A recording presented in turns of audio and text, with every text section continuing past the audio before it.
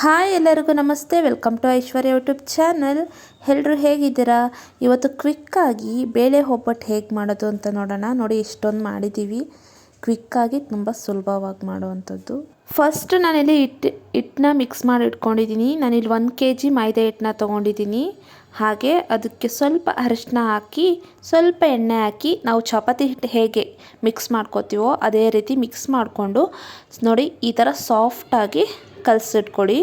ಅದಾದಮೇಲೆ ಮೇಲೆ ಎಣ್ಣೆನ ಹಾಕಿ ಮಿನಿಮಮ್ ಒಂದು 3-4 ಅವರ್ ಆದರೂ ನೆನೆಯೋದಕ್ಕೆ ಬಿಡಿ ಫಸ್ಟು. ಅದಾದಮೇಲೆ ಬೇಳೆನ ಬೇಯಿಸ್ಕೊತಾ ಇದ್ದೀನಿ. ನಾನಿಲ್ಲಿ ತೊಗರಿಬೇಳೆನ ತೊಗೊಂಡಿದ್ದೀನಿ.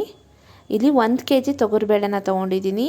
ಅದಕ್ಕೆ ರ್ಯಾಂಡಮಾಗಿ ನೀರು ಹಾಕ್ಕೊಂಡು ಬೇಯಿಸ್ಕೊತಾ ಇದ್ದೀನಿ. ಅದಾದಮೇಲೆ 1 kg ಬೆಲ್ಲನ ತೊಗೊಂಡಿದ್ದೀನಿ.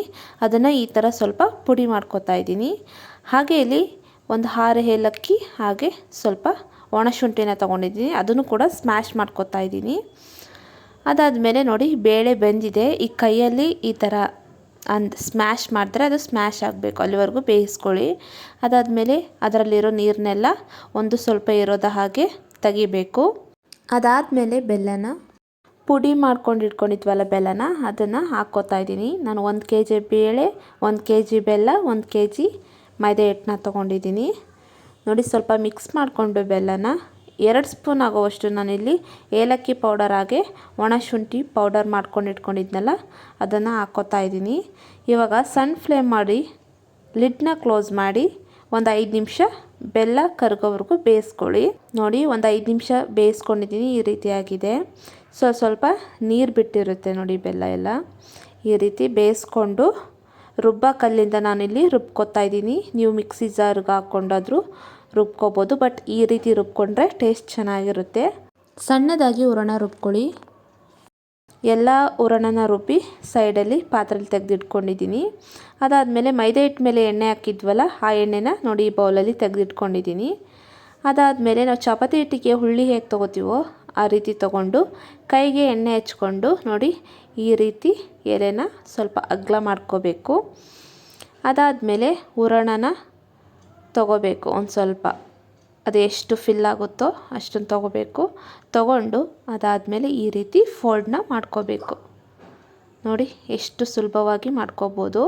ಈ ರೀತಿ ಮಾಡ್ಕೊಳ್ಳಿ. ಇನ್ನೊಂದು ಸತಿ ತೋರಿಸ್ತಾ ಇದ್ದೀನಿ ನೋಡಿ. ಈ ರೀತಿ ಹೂರಣನ ತೊಗೊಂಡು ಅದರೊಳಗೆ ಸ್ಟಫಿಂಗ್ ಮಾಡಿ ಈ ರೀತಿ ಫೋಲ್ಡ್ ಮಾಡಿಕೊಂಡ್ರೆ ಆಯಿತು.